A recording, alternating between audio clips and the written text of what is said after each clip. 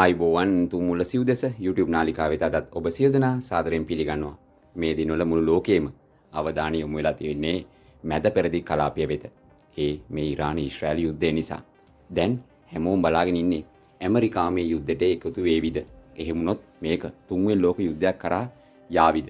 ඉතින් යුද පුවත් තොරතුරු ඔබට දැනගන්න පුළුවන් අපේ තුමුල්ල වෝ ඩයරි channel එකට ගියොත්.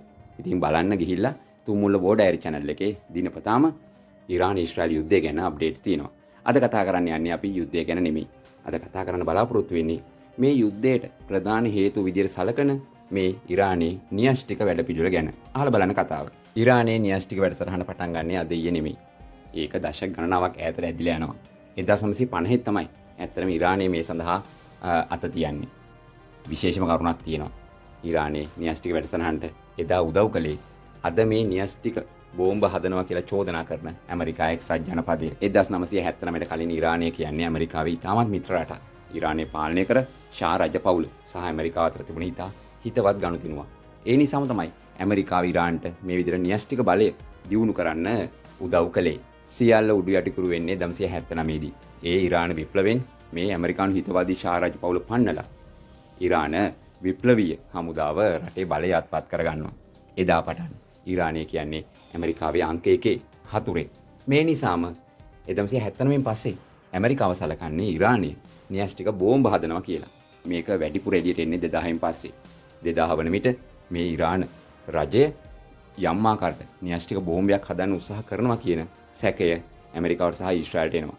එතනින් දැන් තමයි මේ ප්‍රශ්නේ දුරද යන්නේ. හැබැයි මතක තියාගන්න ඉරාන්ට මේ න්‍යෂ්ටික බලය පිළිබඳ මුලින්ම අත දෙන්නේ අද විරුද්ධ වෙලා ඉන්න ඇමරිකා එක්සත් ජනපදයමයි. 1979න් පස්සේ මේ විදිහට මැද පෙරදිග ඇමරිකානු සහ ඊශ්‍රායල් විරෝධී රාජ්‍යයක් පිහිවීමත් එක්කම ඇමරිකාව සහ ඉරානය සැක කරනවා. ඉරානය න්‍යෂ්ටික බෝම්බයක් අත්හදා බලනවද කියන සැකේ. මොකද 2000න් පස්සේ ඉරානයේ මේ න්‍යෂ්ටික වැඩසටහන ඊටම ප්‍රබල ලෙස ව්‍යාප්ත වෙනවා. ඔවුන් ස්ථාන කිහිපයකම න්‍යෂ්ටික පර්යේෂණ මධ්‍යස්ථාන ඒ වගේම භූගතව මේ දේ සිදු කරනවා කියලා ඇමරිකාව චෝදනා කරන්න පටන් ගන්නවා. ඒකම බටහිර රටවල් සහ ඇමරිකාව එකතු වෙලා ඉරාන්ට එරෙහිව සම්බාධක පනවනවා. හැබැයි ඉරානය මේ පර්යේෂණ නවත්තන්නේ නැහැ. හැබැයි නිතරම ඔවුන් කියන්නේ ඔවුන් මේ දේවල් යොදාගන්නේ බෝම්බ හදන්න නෙමෙයි ඔවුන්ගේ බලශක්ති ප්‍රබයන් දියුණු කරන්න කියලා. ඉතින් මේක ඇමරිකාව ඇතුළු බටහිර රටවල් පිළිගන්නේ නැහැ. ඉරානයේ සතුව තියෙන න්‍යෂ්ටික මධ්‍යස්ථාන මොනවද? ඔවුන්ට තියෙන එකම න්‍යෂ්ටික බලාගාරය තියෙන්නේ මේ පර්සියන් මුහුද ආශ්‍රිතව බුෂෙහර් වල. මේක සම්පූර්ණයෙන්ම න්‍යෂ්ටික බෝම්බ හදන තැනක් නෙමෙයි. මේක න්‍යෂ්ටික බලාගාරයක්. ඇත්තටම ගත්තොත් මෙහි රුසියානු එක්ස්පර්ට්ස්ලා න්‍යෂ්ටික විද්‍යාඥයන් 200කට අධික පිරිසක් ඉන්නවා. ඒ නිසාම තමයි රුසියාව දැන් ඇමරිකාවට කියන්නේ මේ බුෂෙහර් ප්ලාන්ට් එක ටාගට් කරන්න එපා කියලා. ඊශ්‍රායල යම්මාකාට මේ යුද්ධෙදී මේ ප්ලාන්ට් එකටත් ප්‍රහාරයක් එල්ල කළා තියෙනවා. හැබැයි පසුව වුන් කිව්වා ඒක වැරදීමක් කියලා. මොකද මෙම ස්ථානය තනිකරම බල ශක්තිය නිෂ්පාදනය කරන ස්ථානයක්. වාර්තා වෙන ආකාරයට මෙගවොට් දහසක පමණ විදුලියක් මෙහි නිපදවනවා. ඉතින් මේ ප්ලාන්ට් එක රුසියානු ආධාර මත රුසියානු උදව් ඇතුව තමයි දියුණු කළේ. මෙහි කිසිම කටයුත්තක් මේ න්‍යෂ්ටික බෝම්බ හදන පැත්තට යොමු වෙලා නැහැ. මොකද මේක ජාත්‍යන්තර පරමාණු ශක්ති අධිකාරියේ අධීක්ෂණයට තමයි තියෙන්නේ. එතකොට මේ ප්‍රශ්නගත ස්ථාන කොහෙද තියෙන්නේ? ඔව් ස්ථාන කිහිපයක් තියෙනවා. ඒ අතරින් ප්‍රධානම ස්ථාන තමයි මේ ෆෝඩෝ කියන බලාගාරය. මෙහි භූගතව මේ කන්දක් යට මීටර් 80ක් පමණ පොළොව මට්ටම පහළින් තමයි ඔවුන්ගේ මේ යුරේනියම් එන්රිච්මන්ට් ප්ලාන්ට් එක තියෙන්නේ. මොකද මේ න්‍යෂ්ටික බෝම්බයක් හදනවා කියලා කියන්නේ මේ යුරේනියම් බල ගන්නවන්න ඕන. මේකේ සාමාන්‍යයෙන් කියන්නේ 160ට වඩා බල ගැන්වීමක් කළාට පස්සේ යම්මාකට න්‍යෂ්ටික බෝම්බයක් හදන්න පුළුවන් කියලා. ඉතින් මේ යුරේනියම් එන්රිච්මන්ට් ප්ලාන්ට් එක ෆෝඩෝ වල තියෙන්නේ පොළොව යට මීටර් 80කටත් වඩා යටින්. ඉතින් ඒ නිසා තමයි ඊශ්‍රායලය ඇමරිකාවෙන් උදව් ඉල්ලන්නේ මෙතනට බංකර් බස්ටඩ් බෝම්බ දාලා විනාශ කරන්න කියලා. ඒ වගේම ඔවුන්ගේ වෝටර් රියැක්ටර් ප්ලාන්ට් එකක් තියෙනවා ඇරක් වල. මේකට ඊයේ පෙරේදා ඊශ්‍රායලය බෝම්බ දාලා විනාශ කළා. හැබැයි මේ මතුපිට ප්‍රදේශයට මේකෙත් භූගතව ඒක තියෙනවද කියලා දන්නේ නැහැ. ඇත්තටම අත ඉරානයේ ප්‍රධානතම න්‍යෂ්ටික පර්යේෂණ මධ්‍යස්ථාන දෙක තියෙන්නේ ඉස්ෆහාන් වල හා නාටාන්ස් වල. මේ දෙකටම මේ වෙනට ඊශ්‍රායලය තමත් දැඩි ලෙස පහර දීලා තියෙන්නේ. ඉතින් මේ ඉස්ෆහාන්, නාටාන්ස්, අරක් සහ ෆෝඩෝ මෙන්න මේ ස්ථාන හතර තමයි ඊශ්‍රායලයේ ප්‍රධාන ඉලක්ක. ඉරානයේ සතුව තියෙන මේ යුරේනියම් යොදාගෙන ඔවුන් මේ යුරේනියම් වල බලය වැඩි කරලා එන්රිච් කරලා එය 180කට මට්ටමට ගෙනාවට පස්සේ ඔවුන්ට බෝම්බයක් හදන්න පුළුවන් කියන සැකය තමයි මේක ප්‍රධානම හේතුව. එතකොට මේ යුරේනියම් කොච්චරක් තියෙනවද කියලා කවුරුත් දන්නේ නැහැ. හැබැයි නියස්ටික බෝම්බයක් හදන තරම් යුරේනියම් තොගයක් ඊරානයේ සතුයි කියලා ඇමරිකාව කියනවා. එතකොට මේ නාටාන්ස් වල, ඉස්ෆහාන් වල සහ ෆෝඩෝ වල මේ විදිහට යුරේනියම් එන්රිච් කරනවා කියලා තමයි කියන්නේ. හැබැයි ඊරානය කියන්නේ මේ සියල්ල කරන්නේ නියස්ටික බෝම්බයක් හදන්න නෙමෙයි කියලා.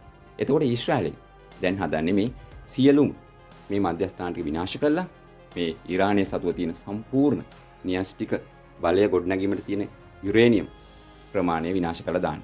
හැබැයි දැන් උන්ට ප්‍රශ්නයක් තියෙනවානේ. මොකද මේ ෆෝඩෝ වල තියෙන බලාගාරය තියෙන්නේ මීටර් 80ක් පොළොව යට. ඒකට තමයි මේ ඇමරිකාවේ මේ රාත්‍රී 30000ක් බර බංකර් බස්ටඩ් බෝම්බ දාන්න කියලා උදව් ඉල්ලන්නේ. ඊරානයේ මේ නියුක්ලියර් ප්‍රෝග්‍රෑම් එකට පහර දෙන ඊශ්‍රායලය ඇත්තටම නියස්ටික අවි තියෙන රටක්.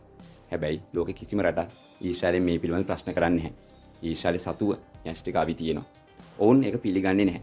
හැබැයි ලෝකේ බොහෝ දෙනා කියන්නේ ඊශ්‍රායලේ සතුව නියස්ටික අවියක් තියෙනවා කියලා. ඉතින් නියස්ටික අවි තියෙන රට තවත් රටකට නියස්ටික අවි හදන්න එපා කියලා බෝම්බ දානවා. ඉතින් ඒක තමයි මේ ලෝකේ ප්‍රශ්නගත ක්‍රියාවලිය. ඇමරිකාවත් ඒ වගේ. ඇමරිකාව උදව් කරලා නියස්ටික බලය දියුණු කරන්න කියපු රටකට අද ඇමරිකාව කියනවා නියස්ටික බෝම්බ හදන්න එපා කියලා. එකම දේ ඊරානයේ මේ සම්බන්ධව දැන් සාකච්ඡා ගණනාවක ඉන්නවා. මොකද මේ ලෝකේ පරමාණු ශක්ති බල අධිකාරියට මේ පිළිබඳ පරීක්ෂණ කරලා ඊරානය එහෙම දෙයක් කරන්නේ නැහැ කියලා ඔප්පු කරන්න ඕන. ඒක තමයි තියෙන ප්‍රශ්නේ. මොකද ඊරානයේ යම් ආකාරයකට මේ ෆැසිලිටිස් වලට යන්න දෙන්නේ නැහැ. අන්න එතන තමයි ප්‍රශ්නේ මතුවෙන්නේ. ඊරානය මේකට ඉඩ දුන්නා නම්, ඊරානය නිර්දෝෂී වුණා නම් මේ ප්‍රශ්නේ මතුවෙන්නේ නැහැ. එතකොට මේ න්‍යෂ්ටික බලය ගොඩනගන්න 79න් පස්සේ කවුද ඊරාන්ට උදව් කළේ කියන විදිහට නම් පාකිස්තානය සහ උතුරු කොරියාව ඇත්තටම ගත්තොත් රුසියාවත් මේකේ වක්‍රව ඉන්නවා. ඉතින් ඊරාන්ට මේ විදිහට පාකිස්තානය සහ උතුරු කොරියාව උදව් කළා කියලා බටහිර රටවල් චෝදනා කරනවා. හැබැයි රුසියාවට එහෙම චෝදනාවක් කරන්නේ නැහැ. මොකද රුසියාව මේ බුෂය නියුක්ලියර් ප්ලාන්ට් එක හදන්න උදව් කළා. ඒක නීත්‍යානුකූල වැඩක්. හැබැයි මේ නාටාන්ස් වල, ඉස්ෆහාන් වල, ෆෝඩෝ වල මධ්‍යස්ථාන එකක්වත් නීත්‍යානුකූල නැහැ කියලා තමයි බටහිර රටවල් චෝදනා කරන්නේ. න්‍යෂ්ටික අවියක් ඉස්සරහට දාගෙන ඇත්තටම ඇමරිකාව සහ ඊශ්‍රායලය කරන්න හදන්නේ නම් ඊරානයේ මේ පාලන තන්ත්‍රය වෙනස් කරන්න. ඔවුන්ට ඕන මේ රෙජීම් එක චේන්ජ් කරන්න. 1979ට කලින් ඊරානය ඇමරිකානු හිතවාදී රටක්. දැන් ඇමරිකානු විරෝධී, ඊශ්‍රායල් විරෝධී රටක්. ඉතින් ඔවුන්ට ඕන මේ ඊරානයේ ඇත්තටම පාලන තන්ත්‍රය බිඳින්න. ඉතින් ඒකට ඔවුන් යොදා ගන්න දේ තමයි න්‍යෂ්ටික අවි. පහුගිය කාලේ දිගින් දිගටම ලෝකයේ බොහෝ රටවල විශේෂඥයන් කිව්වේ ඇත්තටම ඊරානය න්‍යෂ්ටික අවියක් හදන්නේ නැහැ කියලා. ඉතින් ඒක ඇමරිකාවේ පවා යම් අය කියනවා. විශේෂම රිපබ්ලිකන් පක්ෂයේ උදවිය පවා කියන්නේ ඊරානයේ සතුව න්‍යෂ්ටික අවියක් නැහැ කියලා. හැබැයි දැන් මේ සැකයට තමයි පහර දෙන්නේ. 2003 දී ඉරාකය ආක්‍රමණය කළේ සැකයට. හැබැයි අවසානයේ ඔප්පු වුණා ඉරාකයේ රසායනික අවි නිෂ්පාදනය කරන්නේ නැහැ කියලා. අදත් වෙන්නේ ඒකමයි. මොකද ඊරානය න්‍යෂ්ටික අවි හදනවා කියලා සැක කරලා ඔවුන්ට පහර දෙනවා. ඉතින් ඒක කොතරම් සාධාරණද කියලා ප්‍රශ්නයක් තියෙනවා. ඉතින් අද කතා කළේ මේ ඊරානයේ න්‍යෂ්ටික වැඩ පිළිවෙල කෙටි සාරාංශයක්. අපි ඊරානයේ මේ න්‍යෂ්ටික මධ්‍යස්ථාන නාටාන්ස්, ඉස්ෆහාන් සහ විශේෂයෙන්ම ෆෝඩෝ ගැන කතා කරමු. ඉතින් අදට සමුගන්නම් ඔබට සුබ දවසක්.